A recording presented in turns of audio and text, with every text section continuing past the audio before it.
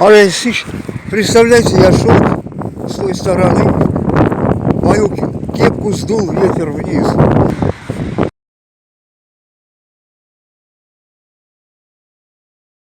Вот так я шел. Такой сильный порывистый ветер сдул мою кепку, эту синюю, понимаете, вниз. 2 раза спустился,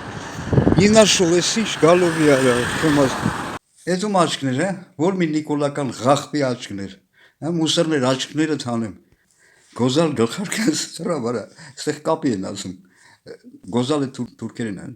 ոչինչ, զատո կոշիկներս արա ոնց եմ կարել, արդեն 3-րդ տուրն է, վազում, թարբարում, լրիվ ճաղվել էր, այլանդակ ձևով, ուրեմն կոշկակար դառանք, հələ տեսեք ակնոցներս, ինչ հնար եմ արել, Մազերս ես եմ կտրում, այդ էլ կարանտինից սովորեցի, ոչ մի բան չի պահանջում, մի հատ հեռախոս եւ հայելի, 5-րդ անգամից արդեն դուք դառնում եք վարսավիժ, էլի տարբեր մանր-մունր բաներ, ես ինքս վերանորոգում եմ, պայուսակ, մայուսակ, լավ ինչ ասեմ, այսօր էլ սենց, եթե ես ինքս չկարեի կոշիկս, չվերանորոգեի, այս արդեն 3-րդ ձմեռն է իդեպ, որ հագնում եմ, $20 էր նստել, գնելը, ստեղ, 100 ես իմ քանի եվրո,